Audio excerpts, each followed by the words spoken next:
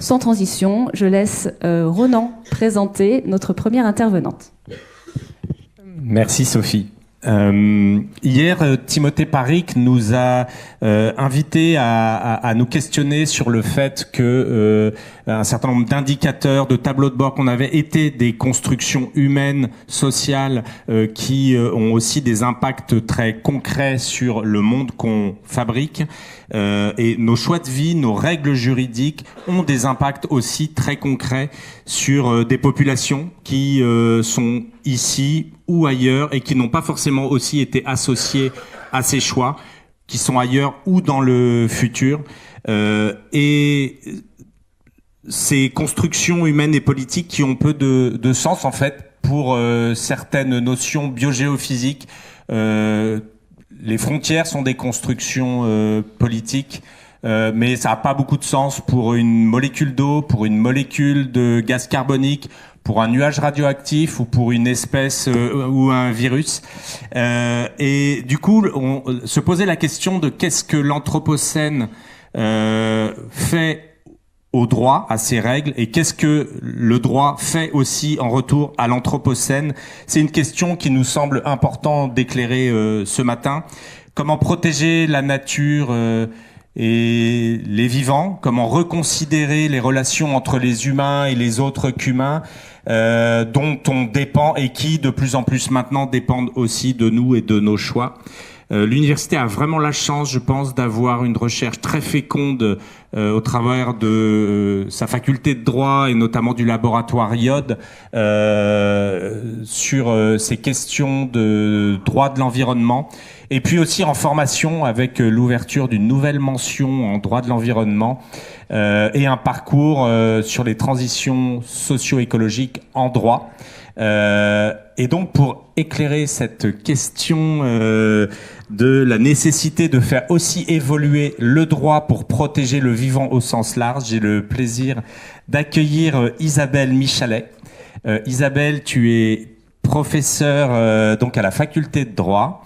Tu es chercheuse en droit de l'environnement au sein du laboratoire IOD que j'ai mentionné. Tes recherches portent plus particulièrement sur le droit de la biodiversité. Tu me corriges si la participation citoyenne dans la construction du droit et le droit des fleuves internationaux. Et tu es une des co-créatrices de cette nouvelle mention de droit de l'environnement et une des coporteuses et responsables de ce parcours qui a été lancé vendredi avec les étudiants qui ont une place centrale au cœur de ce parcours et qui ont choisi pour parrain le défenseur des enfants des droits. Et c'était vraiment très c'était une super présentation vendredi de cette présentation du défenseur du droit des enfants vendredi soir. Et du coup, je te propose de venir nous éclairer sur cette question de comment protéger ce qui compte vraiment, en te laissant la parole pour 40 minutes à peu près, et puis un temps d'échange de questions-réponses de 1 quart d'heure, 20 minutes après. Je ne sais pas si tu veux le micro ou ça va. Ouais.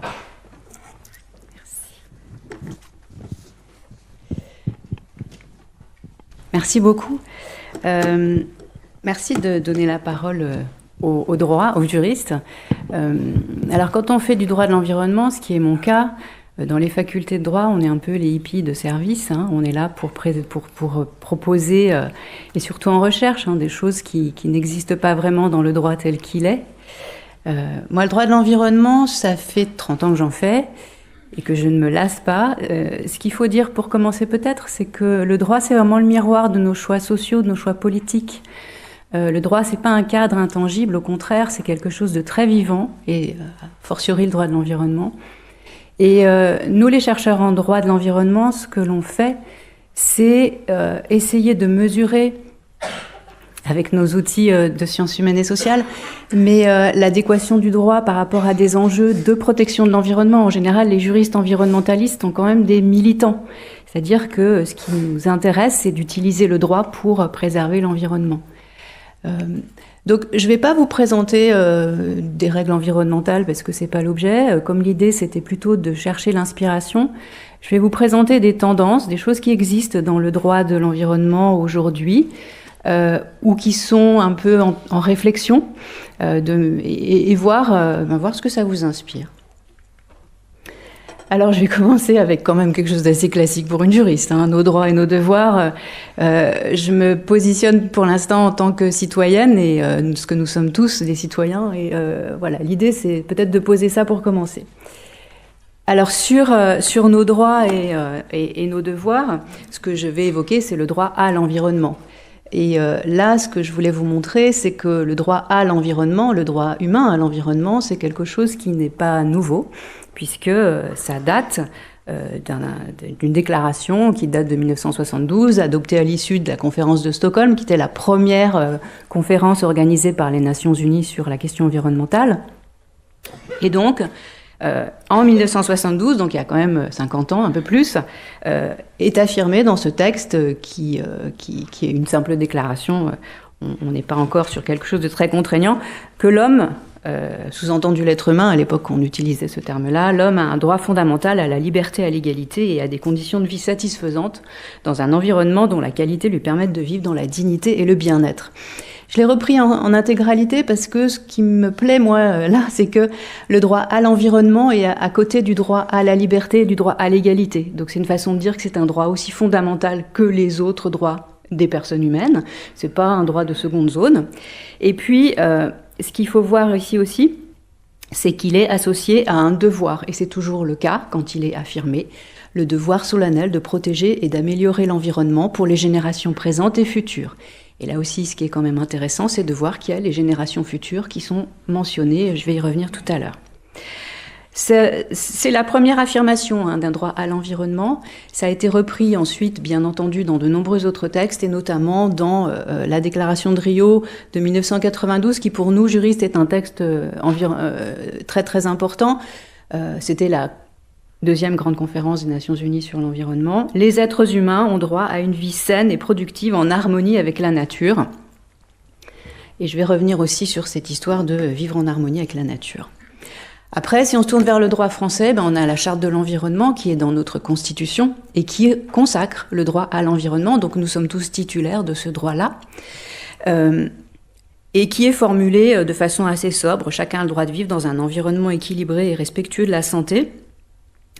Et qui est associé aussi au devoir. Le devoir de prendre part à la préservation et à l'amélioration de l'environnement. Autrement dit, nous sommes tous en charge de protéger l'environnement, nous sommes tous titulaires du droit, mais également en charge de protéger l'environnement. Ce n'est pas seulement l'État, si on peut dire, qui doit préserver l'environnement, c'est nous tous. Alors c'est une manière de désamorcer un petit peu ce qui est affirmé dans un droit à l'environnement, d'accord, mais nous en sommes tous responsables, mais néanmoins, ça permet de mobiliser, si on peut dire, à chaque échelon, c'est ça l'idée. Et cela induit, puisque nous avons le devoir de prendre part à la préservation et à l'amélioration de l'environnement, ça induit que nous devons, nous les citoyens, être impliqués. C'est-à-dire, et c'est ce qu'on appelle en droit de l'environnement le principe de participation, qui est affirmé aussi dans la charte et donc dans l'environnement, que nous avons le droit d'accéder aux informations relatives à l'environnement qui sont détenues par les personnes publiques et le droit de participer à l'élaboration des décisions publiques qui ont une incidence sur l'environnement. Tout est lié. Donc je me suis posé la question de ce que ça pouvait donner dans le cadre de notre université, ce droit à l'environnement et le devoir de protéger l'environnement. Alors bien sûr, ce sont des droits individuels. On est dans un système où les droits sont reconnus à l'individu. Donc, à titre personnel, nous devons tous nous emparer de ce droit et de ce devoir. Mais ensuite, la question qu'on peut se poser, c'est comment mutualiser d'une certaine manière cela dans le cadre d'une communauté qui serait l'université.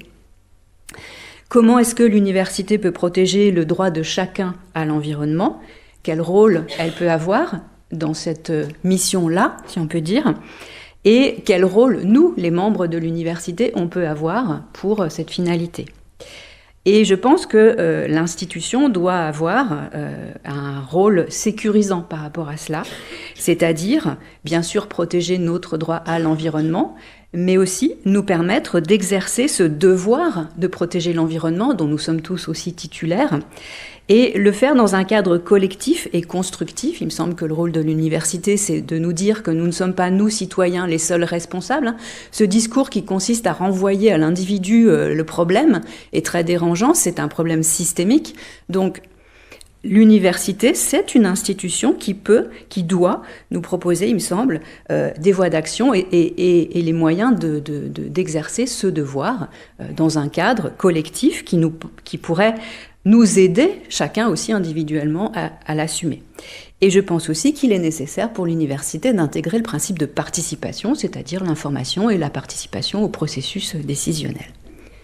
Quand on est juriste, on raisonne institution, gouvernance. Hein, on ne peut pas bien s'en empêcher. Alors après, le deuxième thème que je voulais aborder, c'est vivre en harmonie avec la nature. Alors, c'est pas une... Quand on lit juste ça, on peut se dire, mais voilà, c'est bien joli, mais... En réalité, c'est du droit, et c'est même du droit porté par les Nations Unies. C'est un projet et c'est un questionnement qui est très fortement aujourd'hui présent au sein des Nations Unies. Cette idée de, quand on dit vivre en harmonie avec la nature, là, l'idée derrière, c'est qu'on change la relation qu'on a avec la nature. Nous, êtres humains, on est dans une relation de prédation avec le vivant non humain, ce qu'on appelle aussi l'environnement. Je préfère utiliser le terme de nature. Changer cela, comment est-ce qu'on peut s'y prendre? Alors, vivre en harmonie avec la nature, là aussi, c'est pas du tout quelque chose, cette idée n'est pas du tout récente. Elle vient d'un texte qui s'appelle la Charte mondiale de la nature, qui a été adopté par l'Assemblée générale des Nations unies en 1982. C'est un très beau texte qui dit des choses qu'on n'oserait plus dire aujourd'hui, parce qu'il n'est pas du tout consensuel, il n'est pas du tout politiquement correct, et il porte un discours assez radical. Alors là, j'ai juste pris certains points, c'est beaucoup plus long que ça, et il y a beaucoup plus d'éléments. L'humanité fait partie de la nature, et la vie dépend du fonctionnement ininterrompu des systèmes naturels qui sont la source d'énergie et des matières nutritives. Donc on n'est pas à côté, on est dedans. La civilisation a ses racines dans la culture, dans la nature, qui a modelé la culture humaine et influé sur toutes les œuvres artistiques et scientifiques.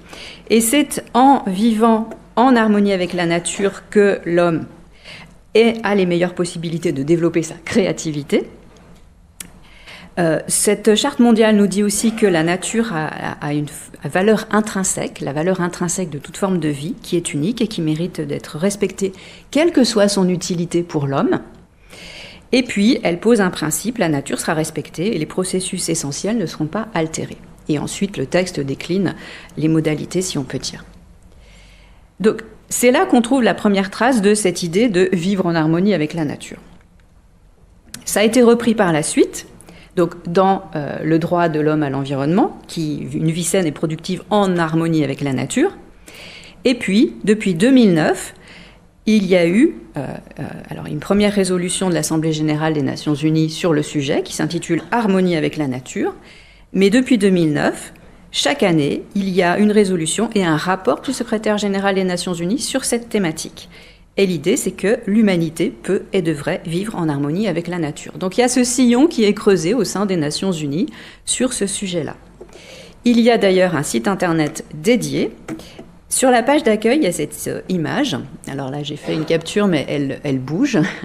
Et pourquoi ce choix? Pourquoi est-ce qu'ils ont choisi de mettre le système solaire? Parce que l'idée, c'est que cela nous rappelle que, de même que la Terre n'est pas au centre de l'univers, les humains ne sont pas au centre de la Terre, les êtres humains. Et que nous, avec le reste du monde naturel, nous sommes interconnectés dans un réseau beaucoup plus large qui est celui de la vie.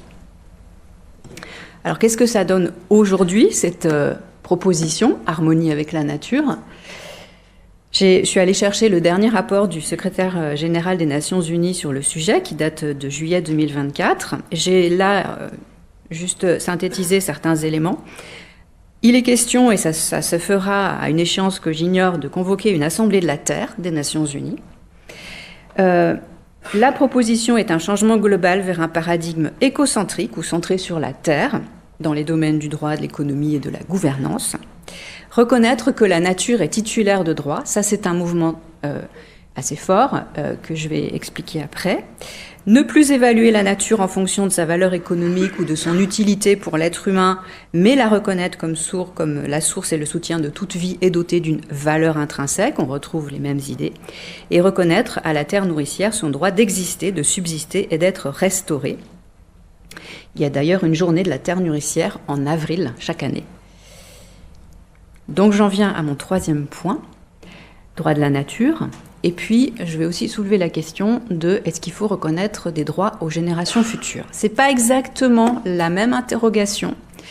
La nature, en droit, de façon classique et dans quasiment tous les systèmes juridiques, c'est une chose, ce n'est pas une personne, donc elle n'a pas de droit, elle n'est pas titulaire de droit. Les générations futures, alors, sont bien sûr des personnes à venir, et donc la question ne se posera pas de savoir si elles sont titulaires de droit quand elles seront là, mais comme elles sont dans le futur, ça soulève la question de est-ce qu'elles peuvent avoir des droits dans le présent. Et ça soulève la question de notre capacité à appréhender le très long terme. Sur les droits de la nature, pour commencer, donc là, un texte fondateur sur le sujet. Donc c'est écrit par un juriste américain, Christopher Stone, en 1972. Le contexte est un projet qui devait être réalisé dans une vallée aux États-Unis où il y avait des séquoias, donc des arbres millénaires. Et la question, évidemment, autorisation de réaliser une station de ski. Autorisation et contestation devant le juge. Et donc, à un moment donné, donc en 1972, au cours de ce contentieux, ce juriste publie cet article qui pose la question, est-ce que les arbres doivent... Alors, have standing, c'est est-ce qu'ils peuvent se présenter devant le juge en tant qu'arbres, en tant qu'eux-mêmes ? Et il réfléchit sur reconnaître des droits aux objets naturels. Et il commence son article en disant « l'impensable ». Il pense l'impensable. Ce texte est culte chez les juristes qui s'intéressent au sujet. C'est par la suite, il y a eu bien entendu une réflexion là-dessus. Et ce que je vais vous présenter, c'est deux exemples de systèmes juridiques dans lesquels on a reconnu des droits à la nature. Il y en a d'autres, mais j'en ai choisi deux. Le premier, et sans doute le plus connu, c'est celui de cette rivière en Nouvelle-Zélande, la rivière Wanganui, qui s'est vue consacrée en tant que personne par une loi, donc en 2017, une personne dans le droit néo-zélandais. Alors, cette loi a été portée par une revendication politique des Maoris pendant plus d'un siècle, qui ont voulu exiger que soit inscrit dans le droit néo-zélandais ce qui existait déjà dans leur système à eux, culturel et juridique, à savoir que cette rivière est une personne. Pour eux, la question de tout temps était très claire, la rivière est une personne. Et l'enjeu était d'arriver à ce que cette réalité des peuples autochtones de Nouvelle-Zélande soit inscrite dans le droit néo-zélandais. Et donc ça a été fait par cette loi de 2017. Pour les Maoris, ça n'est pas une rivière, c'était Awatupua, c'est le nom de cette personne.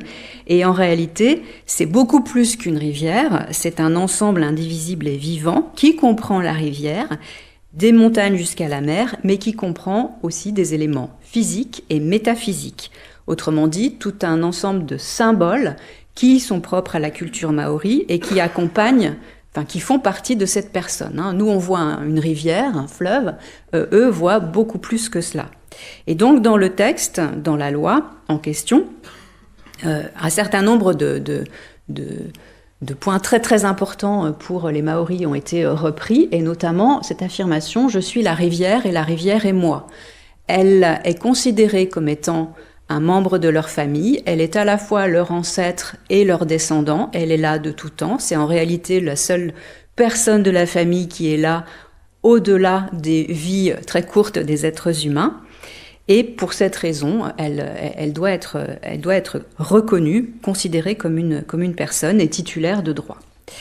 Alors une fois qu'on a posé ça, ce qui du point de vue des symboles est très puissant, si on peut dire, il faut organiser. D'accord, c'est une personne, d'accord, elle a des droits, mais qu'est-ce qu'on fait pour que tout cela soit effectif, opérationnel et réel dans le monde des humains, puisqu'on est en présence d'une personne non humaine.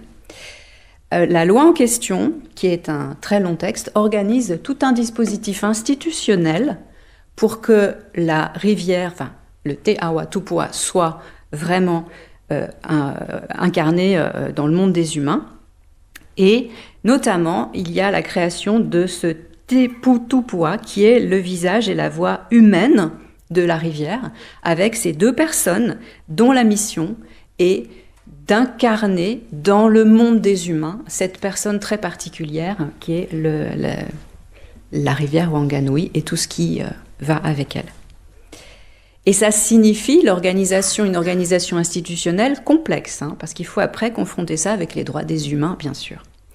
Un autre exemple, qui est peut-être encore plus exotique, c'est la résolution de 2018 sur les droits du Manoomin. Donc ça se passe cette fois-ci aux États-Unis, dans une communauté indienne au Minnesota, les Chippewa, qui donc, dans le cadre territorial, si on peut dire, et juridique de leurs réserves, puisque à un moment donné, les Indiens se sont vus accorder des droits sur des territoires qu'ils gouvernent par leurs instances, ont décidé, donc la réserve en question s'appelle White Earth, et ont décidé de reconnaître des droits aux Manoomin.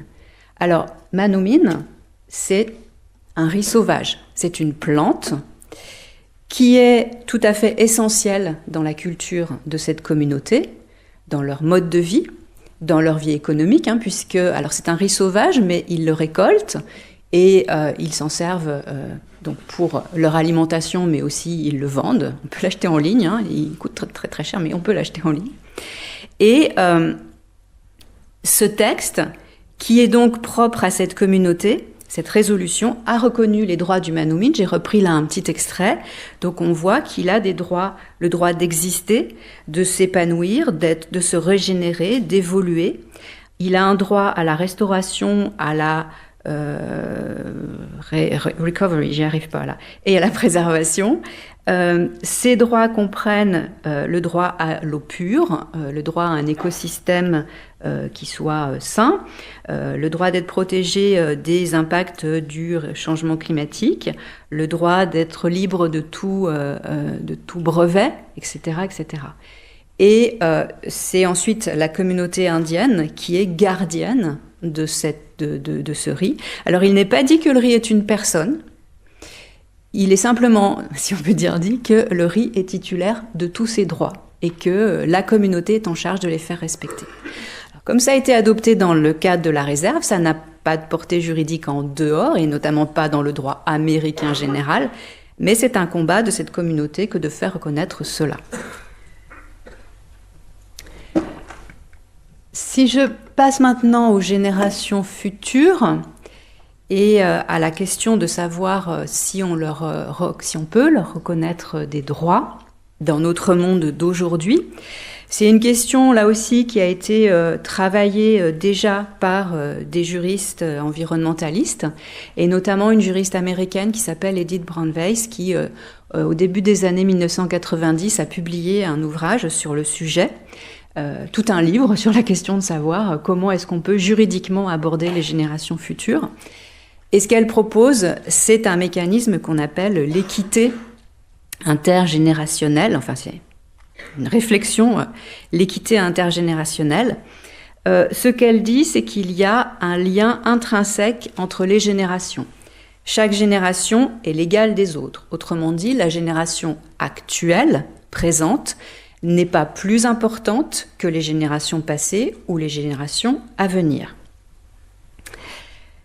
Et à partir de là, elle pose le postulat d'une continuité entre les générations. Les générations sont toutes reliées les unes aux autres. Et la proposition, c'est de voir l'écoulement du temps non pas comme un processus linéaire, mais comme un système de boucles qui s'entremêlent entre les différentes générations qui étaient dans le passé et celles qui vont venir. Et ce système, ou cette idée de continuité, crée un lien très fort intergénérationnel. cette proposition repose sur 3 principes. Chaque génération a l'obligation de conserver des options pour les générations à venir, c'est-à-dire que les générations à venir ont le droit à la diversité des options, autant de choix que la génération actuelle, dans la relation à la Terre et au système terrestre. La conservation de la qualité de la planète, des ressources et des richesses de la Terre, et la conservation de l'accès, avoir accès à autant de possibilités que les générations présentes.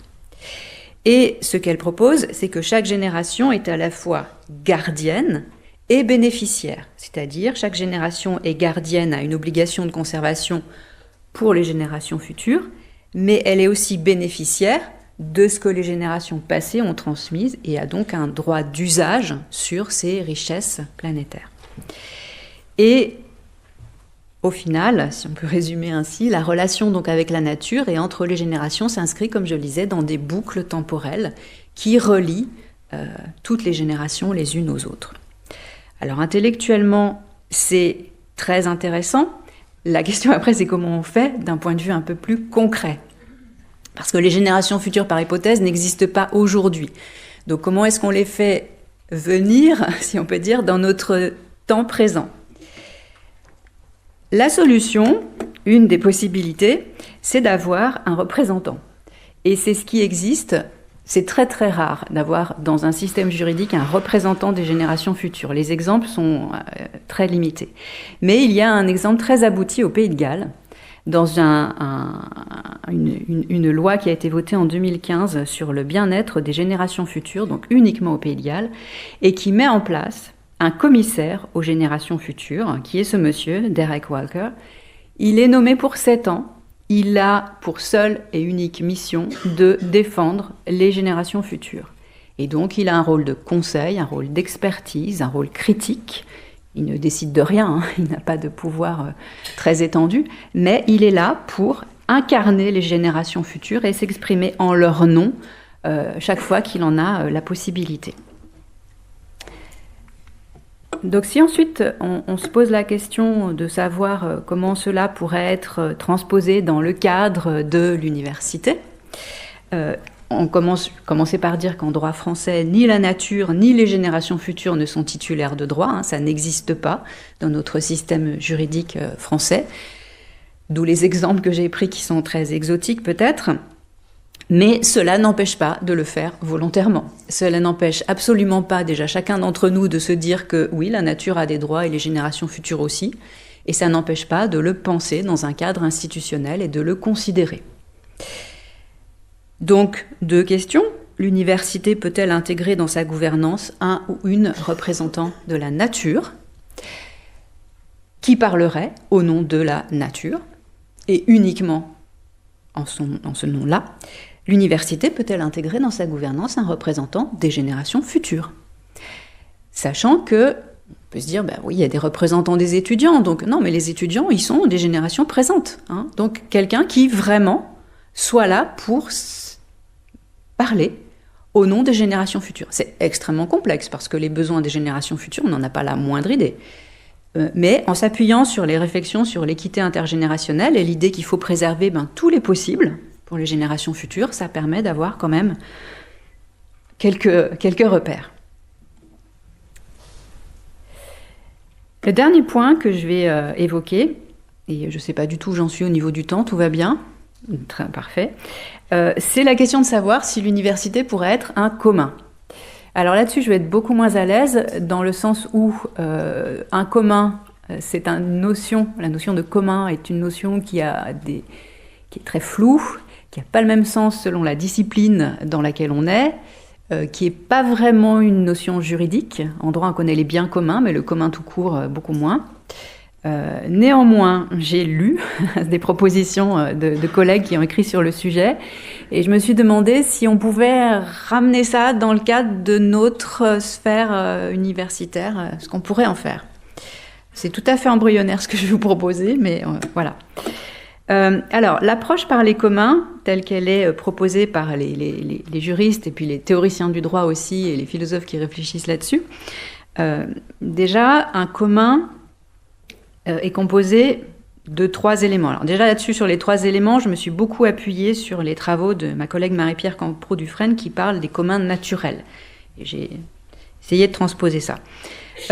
Donc 3 éléments pour avoir un commun, un objet en commun, une communauté et des liens, et une organisation collective de relations ou de droits. Donc ça, ce sont les composantes, si on peut dire. Et l'idée, c'est que ce qui est vraiment important, c'est pas forcément ces points-là, c'est l'interdépendance de ces 3 éléments et l'idée qu'on travaille davantage sur le relationnel que sur les éléments qui composent le commun. Donc mettre l'accent sur les relations et donc trouver le moyen, d'un point de vue de la gouvernance, si on peut dire, de mettre l'accent sur les relations. Le commun est une forme d'action, faire commun. Donc on est dans l'action, dans la volonté de faire quelque chose ensemble. Et j'ai relevé aussi dans les écrits sur les communs la revendication d'un projet et la possibilité de sa réalisation. Et on est davantage dans le faire que dans l'avoir. Donc on se pose davantage la question de qu'est-ce qu'on fait ensemble plutôt que de de quoi on est titulaire, qu'est-ce qu'on a, soit individuellement, soit collectivement. Alors si on transpose ça, toujours en m'aidant de ce que les collègues ont écrit sur le sujet, un objet en commun, un objet composite, vital, ayant une fonction sociale fondamentale, l'université pourrait être ça. Je ne sais pas si si c'est vital, mais une fonction sociale fondamentale, je pense. Ça fait penser au service public, hein, c'est une autre manière de le dire, il me semble. Une communauté et des liens. Alors, cette communauté, elle est composée de communeurs, et c'est là où on peut faire des choses un peu nouvelles. Des acteurs, des usagers, des humains, des non-humains. Hein. Dans la communauté de ce commun, c'est pas nous seulement, c'est aussi des non-humains, mais c'est aussi tous les êtres vivants, quels qu'ils soient, qui vivent sur le campus, animaux, végétaux. Les générations actuelles et futures, on peut réintroduire les générations futures. Ces communeurs ont des diversités d'usages, chacun use du commun de manière différente, mais il y a une dépendance commune à cet objet commun. Et puis, sur une organisation collective de relations ou de droits, une gouvernance de la communalité avec 2 objectifs, conserver et assurer la pérennité de l'objet commun, et une effectivité du droit d'usage et de l'obligation de conservation. C'est cette idée que oui, on est usager, mais on n'est pas que usager. On a aussi une obligation de conservation, mais ça rejoint ce que je disais au début, le droit, le devoir.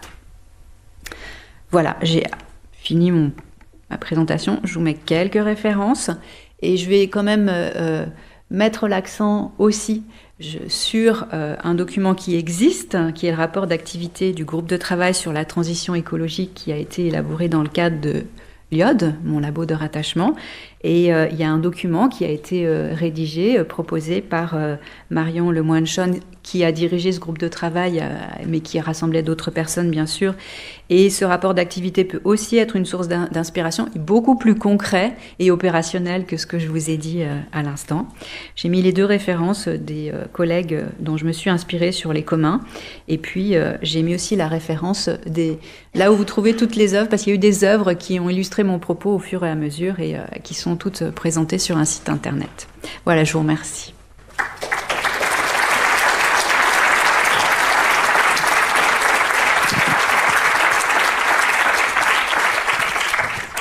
Merci beaucoup Isabelle. C'était très riche. Ce que je vous propose, juste avant de passer aux questions-réponses, c'est juste de prendre 1 minute individuelle pour digérer et peut-être vous poser 2 questions. Qu'est-ce qui m'a marqué? Première question, ce que je retiens. Et deuxième question, qu'est-ce qui m'a touchée? On se prend juste 1 minute chacun pour soi. Et ensuite, on passe au temps de questions-réponses.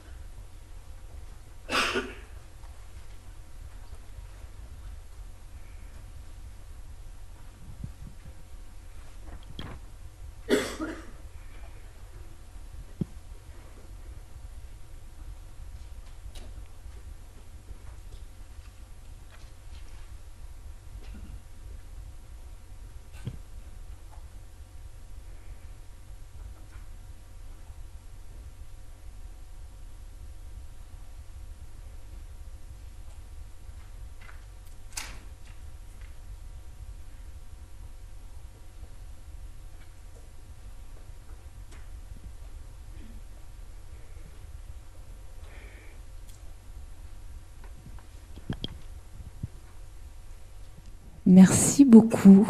Ça fait du bien, ces petits temps de silence et d'intégration aussi. On va faire circuler des micros. Est-ce qu'il y a une première question dans la salle ?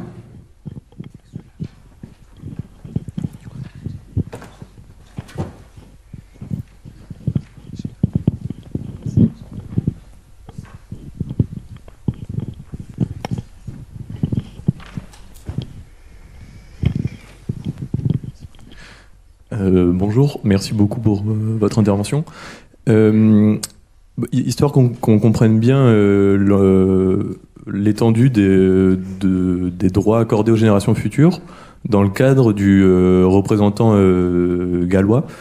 Quel est son pouvoir législatif ? Est-ce qu'il a juridique plutôt, est-ce qu'il a le droit de saisir une cour ou pour défendre les droits des générations futures, ou ça reste quelque chose de consultatif ? Alors, ses compétences sont quand même limitées. Il a surtout un pouvoir de donner des conseils aux organes qui décident. Le pouvoir donc de faire des recommandations en amont, un rôle d'expertise. Le pouvoir, il rend un rapport chaque année dans lequel il peut pointer ce qui lui semble important. Saisir les juridictions, ce serait à vérifier dans la loi en question. Là, je ne suis pas certaine. Je pense que comme tout citoyen, il peut le faire, mais la question que vous posez, elle est intéressante. Est-ce qu'il a, on va dire, un intérêt à agir présumé à ce titre ? Je ne suis pas sûre, à vérifier. Mais le fait est que comme il est nommé et pas élu, ça pose quand même une question démocratique de savoir, est-ce qu'on lui donne plus de pouvoir ? Oui, mais là, par rapport à des élus, des citoyens, c'est compliqué. Est-ce qu'il faudrait qu'il soit élu et il aurait donc une autre légitimité ? Oui, mais quand on est élu, on porte un mandat particulier des personnes qui vous ont élu. L'enjeu, c'est qu'il soit totalement indépendant. C'est pour ça qu'il est nommé pour 7 ans, non renouvelable, inamovible. Voilà, c'est ce qu'on appelle une autorité administrative indépendante, c'est-à-dire on crée une institution qui est incarnée en une seule personne, avec toutes les garanties pour qu'elle soit totalement autonome. Mais de mémoire, je pense pas qu'il ait un pouvoir particulier en ce qui concerne la saisine des juridictions. Mais ce serait à vérifier, ouais, c'est intéressant. Parce que s'il n'en a pas, qu'est-ce que ça change de juste un conseiller du GIEC ? Enfin, je veux dire, ils vont tous finalement dire, un rapport du GIEC dit à peu près la même chose, va dire l'impact sur la génération future. Donc, je veux dire, j'espère en tout cas qu'il a plus de pouvoir que ça. Bon, voilà. Mais je l'ai présenté parce qu'il est en réalité, avec ses pouvoirs très limités, l'incarnation de ce qu'on a fait de plus sophistiqué en matière de représentation des générations futures. Donc c'est dire la pauvreté des autres systèmes juridiques. Hein. Et Pays de Galles, c'est quand même, enfin voilà, c'est vraiment un exemple très ponctuel.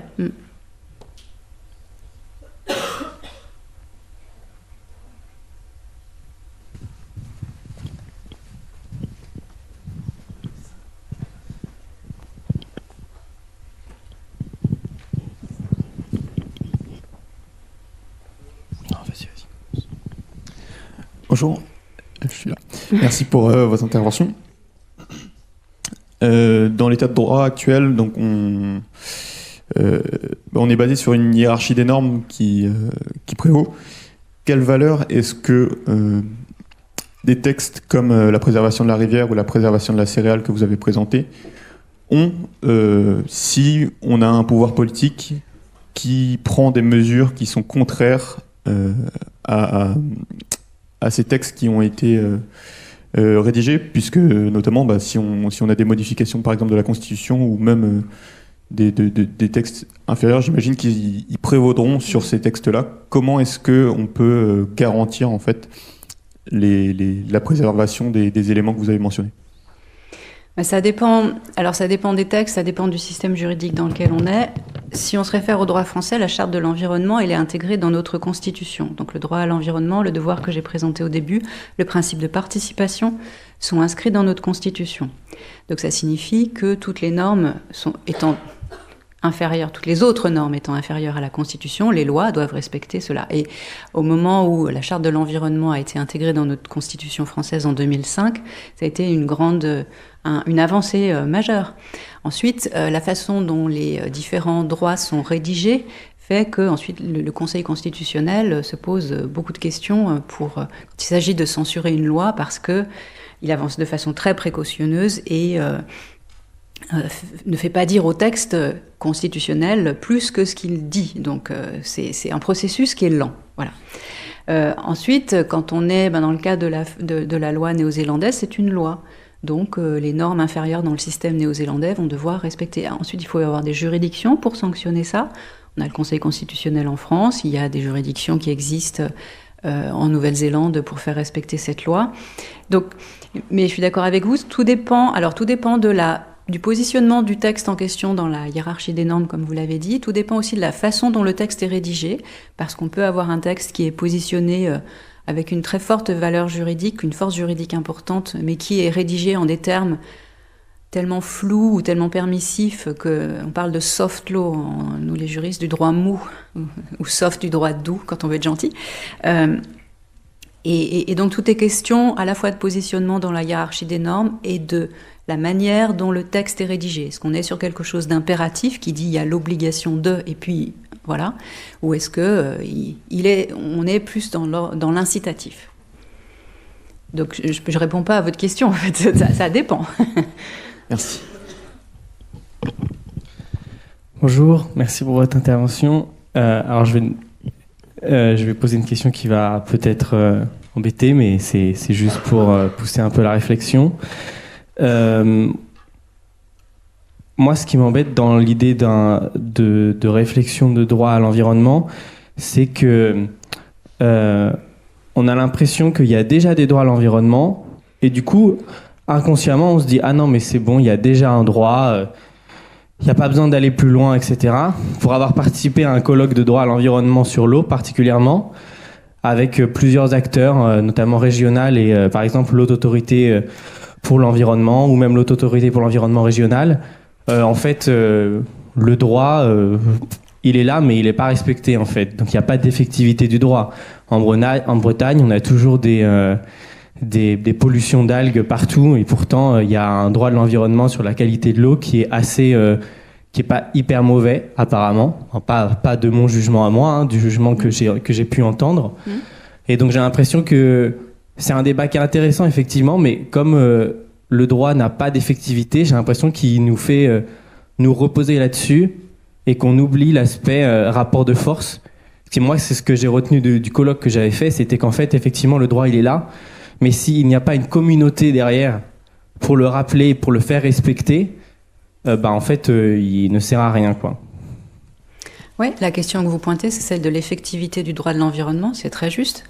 Le droit de l'environnement, c'est un droit qui s'est construit contre un système, on va dire, d'activité humaine prioritaire, économique. Donc, c'est un droit qui vient limiter ce qui, auparavant, se faisait librement, en gros. Donc, et d'ailleurs, c'est une vraie question, hein. Est-ce qu'on ne pourrait pas essayer de le penser autrement, comme un droit de l'exception, de la limite, mais plutôt un droit qui serait un peu plus, qui serait considéré d'une autre manière et construit d'une autre manière. Ça, c'est une question. Ensuite, effectivement, dans le code de l'environnement, il y a tout ce qu'il faut dedans. Globalement, il y a tout ce qu'il faut en matière de protection, de lutte contre les pollutions, protection de la ressource en eau, sur la question climatique, sur la protection de la nature. Mais on a un arsenal de possibilités. Tout n'est pas parfait, mais il y a quand même de quoi faire. Mais le droit, si vous n'avez pas, comme vous le dites, une volonté politique et même citoyenne de le mettre en œuvre, si on considère que ces normes sont de seconde catégorie et qu'on va les appliquer une fois qu'on aura fait le reste, eh bien on se trouve avec un décalage très important entre ce qui est prévu dans les textes et ce qui est effectivement. Et je suis d'accord avec vous, il y a un différentiel considérable. Et c'est tout un travail que font les juristes environnementalistes de réduire ce différentiel entre ce qui est dans le droit écrit et ce qui est vraiment fait. Et l'effectivité, au niveau de l'Union européenne, la réflexion actuelle, depuis des années, ce qui est dit, c'est on a assez de règles, l'enjeu c'est l'effectivité, c'est de consolider la mise en œuvre. Et ça peut se faire que s'il y a une conscience à la fois politique mais collective, que c'est du droit qui est tout aussi, que ces règles environnementales sont aussi fondamentales que d'autres. Tant qu'on reste sur le droit pénal de l'environnement, par exemple, il y a un droit pénal de l'environnement qui est développé, mais c'est un désastre la mise en œuvre, parce que jamais, les poursuites et la condamnation sont très rares. Mais c'est une question de choix de société, et il faudrait. Il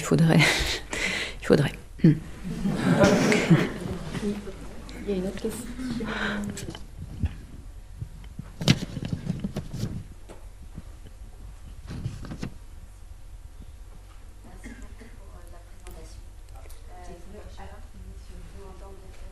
Oui. Il y a quelques années, il y avait eu les assises de la Loire, je crois, qui réunissaient des scientifiques, des juristes, pour travailler justement sur cette question de personnalité juridique qui pourrait être octroyée à un fleuve.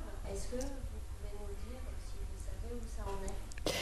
Alors c'est une démarche citoyenne qui a été aussi portée par des intellectuels, des scientifiques. Il y a notamment Camille de Toledo, qui est un auteur qui a porté ça, un Parlement de Loire. Alors, on est sur le volontariat, hein, on n'est pas du tout dans quelque chose qui est juridiquement reconnu. Ce sont des démarches citoyennes. L'idée, c'est que les habitants d'un territoire prennent en main ce territoire, ou en tout cas considèrent qu'ils ont un rôle à jouer dans la protection de ce territoire, et qu'ils ont un rôle à jouer et de reconnaître. Là, c'était la Loire, que c'est une personne titulaire de droit. Et on peut créer cette fiction. Le droit, de toute façon, c'est des fictions. Donc, on peut décider qu'on crée une fiction. On peut décider qu'on reconnaît que le fleuve Loire a la personnalité juridique et qu'on va faire en sorte de respecter ses droits. On lui reconnaît des droits et on les respecte. C'est une initiative qui, pour l'instant, n'a... Alors, aucune des initiatives de ce genre, parce qu'il y en a aussi en Corse, il y en a d'autres endroits, aucune, et puis en Outre-mer aussi, n'a abouti. En Nouvelle-Calédonie, alors en Nouvelle-Calédonie, le droit est différent du droit que l'on a en métropole, pour des raisons institutionnelles. Le Code de l'environnement calédonien a reconnu la personnalité juridique aux tortues et aux requins, et ça a été censuré par le Conseil d'État, parce que, voilà... Donc, pour l'instant, ce sont... Mais moi, je crois beaucoup aussi au fait que le droit, il peut se construire par des mobilisations par la base. Hein. C'est pas un processus descendant, le droit. C'est pas que ça, heureusement. Et c'est pour ça que c'est tout à fait fondamental de comprendre que c'est un processus, que c'est vivant et que ça s'élabore à différents échelons et de différentes manières. Et effectivement, c'est le cas pour la Loire. Mais pour l'instant... Il n'y a pas de reconnaissance au-delà du cercle des personnes qui ont initié ça. Une dernière question brûlante. Merci. Les peuples premiers, vous en avez parlé beaucoup, et ils ont un vécu de pratiques très différentes du rapport à la nature, au vivant. Est-ce que... l'observation un peu scientifique et à grande échelle de ce sujet-là pourrait faire l'objet d'une spécialisation dans une université ou quelque chose comme ça pour mettre ce sujet en lumière, parce qu'ils ont des milliers d'années de pratique. Oui, alors dans le cas des Nations Unies et au niveau international, les peuples autochtones sont aujourd'hui considérés comme étant les porteurs d'une relation différente à la nature. Et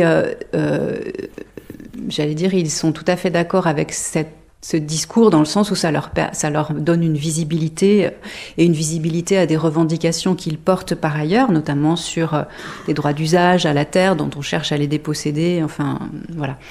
On peut s'en inspirer, moi je trouve que c'est intéressant. Néanmoins, il faut faire attention à poser en modèle. On est tout le temps en train de chercher des modèles absolus. Si on regarde du côté des Mayas dans l'histoire, les Mayas ont disparu parce qu'ils ont en gros surexploité les ressources les peuples autochtones sont aussi pour l'essentiel des sociétés très patriarcales, donc voilà, je relativiserai le modèle. Et puis dans nos cultures, on peut aussi se tourner vers le passé et aller chercher, et ça c'est très fructueux, les mécanismes juridiques qui existaient avant et les relations que par le passé, quand nous étions davantage dépendants de la nature. Comment est-ce que les choses s'organisaient? Alors sans revenir à une époque où on vivait bien moins bien qu'aujourd'hui, hein, mais on peut s'inspirer de récits, de modèles et de relations juridiques qui existaient de par le passé, notamment les droits d'usage sur des terres qui étaient en commun et voilà une autre manière de considérer la nature et la relation qu'on a avec.